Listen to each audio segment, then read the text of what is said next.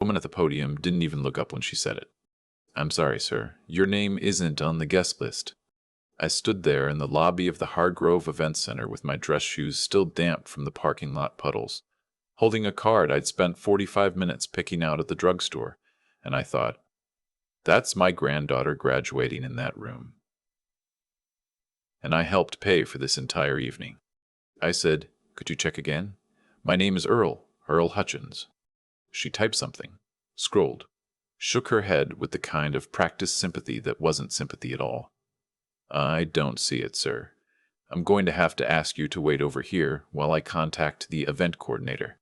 The event coordinator turned out to be my son's wife, Melissa. And Melissa, when she came out through those double doors in her green cocktail dress, did not look surprised to see me. Let me back up, because you need to understand who I am before you understand what this night meant. I spent 31 years working for the county road department. Asphalt and gravel, and early mornings when the temperature hadn't climbed above 20 degrees, and you worked anyway because the job didn't wait on the weather. My hands have looked like they belonged to a man twice my age since I was 45. My wife used to joke about it. She'd hold my hand at church and whisper, "Earl, these things feel like sandpaper," and I'd tell her that was the price of a house with no mortgage. She'd smile and squeeze tighter. Ruth passed 6 years ago. Breast cancer, caught late, gone faster than the doctors prepared us for. When she died, I had 2 things left that mattered: my son Greg and my granddaughter Lily. Greg had grown up watching me work. He'd ridden in the truck with me on weekends when I picked up extra shifts. He'd seen me come home in the dark, boots caked, back aching, sit down at the kitchen table and help him with his math homework anyway. I thought that meant something. I thought watching all of that had built something in him. He went to community college, then transferred, got a business degree, started working in commercial real estate. By the time he was 35, he was pulling in money I couldn't have imagined at his age. Nice house out in Fairview Estates. Vacations I saw pictures of on Lily's phone when she'd visit me on weekends. I was proud of him. I want to be clear about that. I was genuinely, completely proud. The first time I noticed something had shifted was at Thanksgiving 4 years ago. Melissa's parents were there, and her brother who works in finance in Atlanta, and a couple they'd met through the country club. I sat at the far end of the table, next to Lily, and I watched Greg navigate that room like he was performing. Different laugh, straighter posture, the way he held his wine glass. I didn't say anything. I figured it was just the company. People put on a version of themselves in certain rooms. I did it myself when I had to attend department meetings with county commissioners. But it kept happening. The invitations to Sunday dinners got less frequent. When I called, Greg sounded like he was always just finishing something important. Lily still visited me on her own, usually dropped off by Melissa with the particular efficiency of someone completing a task. My granddaughter would come to my door and immediately become herself again, louder, sillier, sitting on the kitchen counter while I made grilled cheese, telling me everything about school and her friends and the book she was reading. Those afternoons kept me going. Last spring, Greg called me about the graduation party. Lily was finishing her first year at Clemson, had maintained a 3.8 GPA, and they wanted to celebrate properly. He told me the venue, the Hargrove Event Center over on Millbrook Road. He told me the date. He told me it would be a nice dinner event. Some of Lily's college friends, some family, some of his and Melissa's colleagues who'd known Lily growing up. He did not tell me the budget. But 3 weeks before the event, he called back. "Dad, I know this is a big ask." He paused in the way people pause when they've already decided the answer. "The deposit on the venue plus catering is running higher than we planned. We're looking at around $9,000 for the evening. Melissa and I can cover most of it, but if you wanted to contribute something toward it, toward Lily's night." I told him I'd give him $3,000. He said that would mean a lot. I drove to his house the following Saturday with a personal check made out to Greg Hutchins for $3,000. He met me at the door, took the check, thanked me, told me Lily was going to have a beautiful night. I asked if I could come in and say hello to everyone. He said Melissa had her family over and it wasn't a great time. I drove home. I did not think anything of it. I should have. The evening of the graduation party, I put on my good charcoal blazer. The one Ruth picked out with me at Belk's the year before she got sick. The one I keep in the dry cleaner's bag between wearings, because it still feels like something she chose. I polished my dress shoes. I got to the Hargrove Event Center at 6:15, 15 minutes early, because I wanted to be there before Lily arrived so I could see her face when she walked in. The young woman at the reception podium asked my name. I told her. She looked at the list. She looked at me. She said what she said. When Melissa came out through those double doors, she looked at me with an expression I can only describe as managed. Not guilty. Not embarrassed. Managed. Earl. She kept her voice low and smooth. I'm so glad you came. There's been a little mix-up with the list. We had to cut the final count for catering purposes. I gave Greg a check for $3,000 toward this event, Melissa. She didn't flinch. We so appreciate that, but the venue has a strict head count, and we didn't. Is my name on that list, or isn't it? A pause. The kind of pause that tells you everything. The room is really set up for a specific group tonight, she said. Greg's business partners are here, some clients, Lily's university advisor. It's a different kind of evening than maybe you were expecting. I looked past her toward the doors. Through the small window in the right panel, I could see round tables with white linens, centerpieces, men in suits. I didn't see any of Lily's friends. I didn't see anyone young at all. This is a business dinner, I said. It's a celebration for Lily. In a room full of your husband's clients. Melissa pressed her lips together. Earl, I think it would be better if we... Is Lily in there? She will be. She's arriving at 7 with Greg. I nodded slowly. I looked at Melissa for a long moment. I had known this woman for 11 years. I had sat across from her at Christmas and Easter and thanked her for meals she made and watched her raise my granddaughter and believed, genuinely believed, that whatever her feelings about me were, she loved Lily, and that was the thing that mattered. I said, Tell Lily I came. I turned around and walked back out to the lobby and into the wet April evening. I sat in my truck in the parking lot for a while, not crying. I'm not going to tell you I cried in the parking lot like some kind of movie moment. I sat there and I looked at the steering wheel, and I felt something settle in me, cold and flat, the way the air feels right before a hard frost. You know it's coming. You knew it was coming for a while, really. You just kept hoping you were wrong. I picked up my phone and I called my neighbor Howard, who'd been a contractor for 30 years and was now retired and liked to talk. I told him what happened. He was quiet for a second. Then he said, Earl, that boy of yours has forgotten something important. I told him I thought so too. Then I called my bank. The check I'd written Greg 3 weeks earlier had cleared. That was done and gone. I understood that. But Greg had mentioned to me in the same conversation that he was hoping I might help with Lily's tuition gap in the fall, that Lily's scholarship didn't quite cover her second year fully, and he was counting on me to contribute what I'd given last year, around $4,000. I'd said yes. I'd meant it. I still meant it for Lily. But I called my attorney the next morning, a woman named Barbara who'd handled Ruth's estate and who I trusted completely. I told her what happened. I asked her to draft a letter to Greg clarifying the terms of any future financial gifts. Going forward, any money I gave for Lily's education would go directly to the University Bursar's office in Lily's name, not to Greg, not to a joint account. Directly to Clemson, with a note designating the fund. Barbara said, Are you sure you want to put it that formally? I said yes. She said, That'll make a statement. I said, That's the point. I heard nothing from Greg for 8 days. On day 9, he called. His voice had that particular quality it gets when he's working through something.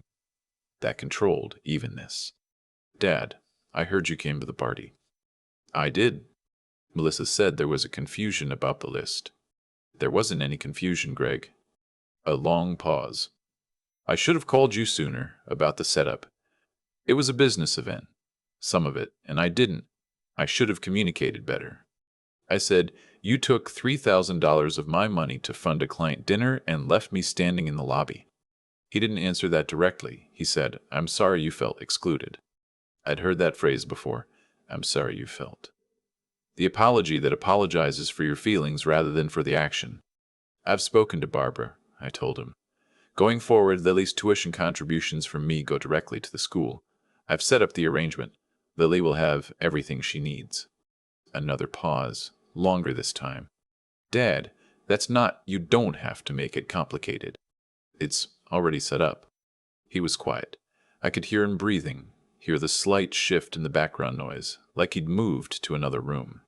Finally he said, I don't understand why you're doing this.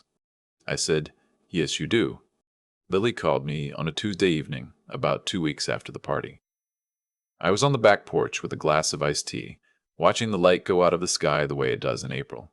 That long, slow, golden thing, Ruth always said, was God taking his time. Lily's voice was careful in the way young people's voices get when they've figured something out and aren't sure what to do with it. She said, Grandpa, can I ask you something? I said she could ask me anything. She knew that. She said, did something happen at my graduation party? Like something with Dad and Melissa? I paused. This is the part I thought about most in the weeks between the lobby and this phone call. What do you tell a 20-year-old about her father? What do you say that's honest without being a weapon? I said, there was a mix-up about the guest list, and I ended up not being able to stay. But it's okay, Lily. I left a card for you at the front. She was quiet for a moment. Then she said, I found the card. It was with the front desk lady. She said you were there and you left. A pause. The party was weird, Grandpa. It was all of Dad's work people. I didn't even really get to talk to my own friends. It felt like I was just kind of there. I didn't say anything. She said, I missed you. Something in my chest went very still, then slowly opened back up, like a window somebody finally got unstuck after years of it being painted shut. I said, why don't you come up this weekend? I'll make the pot roast. She said, I'm bringing my roommate if that's okay. She doesn't have anywhere to go this weekend. I said, the more the merrier, and I meant it. They arrived Saturday around noon, Lily and her roommate, a girl named Paige from somewhere outside of Nashville. Polite and slightly overwhelmed by the size of my kitchen the way city kids sometimes are, by houses that were built for actual living. I had the roast in by 11. The house smelled the way it should, and Lily walked through my door and hugged me for a long time without saying anything. We ate at the kitchen table. Paige had seconds and then apologized for having seconds, which made Lily laugh and made me feel useful in a way I hadn't in longer than I wanted to admit. After dinner, while Paige was in the living room scrolling her phone, Lily sat across from me at the kitchen table and said Dad called me about the school money. I said I figured he would. She said, he said you changed how you were sending it, to go directly to the school. I said that was right. She looked at me for a moment. She has Rue's eyes, this child, that particular way of looking at you like she's deciding how much to say. She said, is that because of the party? I thought about how to answer honestly, without making her carry it. I said, it's because I want to make sure the money goes where I intended to go, and I intended to go to your education. That's all. She nodded slowly. She picked at the edge of the placemat. Then she looked up and said, I think I know what happened, Grandpa. I'm not a kid. I said, I know you're not. She said, I'm really sorry. I told her she had absolutely nothing to be sorry for. I told her that the only thing she owed me was to keep doing what she was doing, keep that 3.8, keep being who she was. I told her she was the best thing in my life, and that wasn't going to change regardless of anything else. She wiped her eyes with the back of her hand, the way she's done since she was 5, and trying not to let me see her cry. I stood up and refilled both our coffee cups, and we talked about our classes until the sun went down. Greg and I have spoken twice since then. Short calls. Polite. There's a distance between us now that I won't pretend isn't there. I didn't create it. I want to be honest with myself about that. It was built over years of small choices to be embarrassed about where you came from, choices to leave certain people off of lists. I just stopped pretending I couldn't feel it. Some people think the right response to a door closing in your face is to find a way to knock it back down. I'm 67 years old. I spent 31 years waking up before the sun to do work that mattered, even when no one thought of it as glamorous work. even when the county commissioners didn't know my name. I built a house with my own hands. I loved a woman well for 41 years and held her hand at the end. I have a granddaughter who drove 2 hours on a Saturday to sit at my kitchen table. I don't need to knock down any doors. I just needed to know which ones were worth waiting in front of and which ones I could walk away from. I walked away. And the following Saturday, Lily called to ask if she could come up again, this time for the whole weekend. I said yes before she finished the sentence. I've had a lot of time to think about that parking lot. The wet asphalt, the yellow light coming through the lobby windows, the sound of my own truck door closing. People ask me if I'm bitter, and I tell them honestly, no. What I feel is more like clarity. The kind you only get after something you'd been half pretending wasn't true finally shows itself completely. What happened with Greg didn't start that night at the Hargrove Event Center. It started years before, in 100 small moments I chose not to examine too closely. That's on me as much as anyone. When we stop paying attention to what's actually happening in front of us, because we'd rather believe the version we prefer, we're not being kind, we're being careless. I was careless with the truth about my son for a long time, and that carelessness cost me more than one parking lot moment. It cost me years of quietly shrinking myself to fit a space he'd decided I belonged in. But here's what I know about cause and effect. Stripped of everything else, the choices we make toward people accumulate. They don't disappear. Greg made a long series of choices. To be embarrassed, to exclude, to take and not acknowledge, and those choices added up to a door that closed in my face. Not because the universe punished him. Simply because that's what that kind of behavior builds over time. A wall, and walls go both directions. The choices I made in response also accumulated. I didn't rage. I didn't call him names or threaten or make it ugly. I changed where the money went, and I did it quietly. And I kept my word to Lily because she had done nothing wrong and deserved everything I promised her. That's not strategy. That's just trying to act like the man I spent 67 years becoming. You don't build a house with your hands and raise a kid and lose a wife and come out the other side without understanding something about what lasts and what doesn't. What lasts is doing the right thing even when it costs you, especially when it costs you. What I saw in Lily that Saturday. The way she hugged me at the door. The way she sat across from me at the kitchen table and looked me in the eye and said, "I think I know what happened." That wasn't an accident either. She'd been paying attention her whole life. She'd watched. She'd figured out what her father hadn't, that a person's worth isn't in their zip code or their client list or the cleanliness of their fingernails at a fancy venue. She had the sense to understand that, and the courage to drive 2 hours and say so with her presence, when words felt too complicated. That kind of character doesn't come from nowhere. It gets built, quietly, over years of watching someone live in a way that's worth watching. I still hope Greg finds his way back to something more honest. I'm his father, and that doesn't stop. But I'm not waiting in the lobby anymore. I know which door to stand at now. It's the one with the pot roast on the other side, and a 20-year-old girl who calls on Tuesday evenings just to talk, and a back porch where the light goes out slow in April. That's enough. That's more than enough.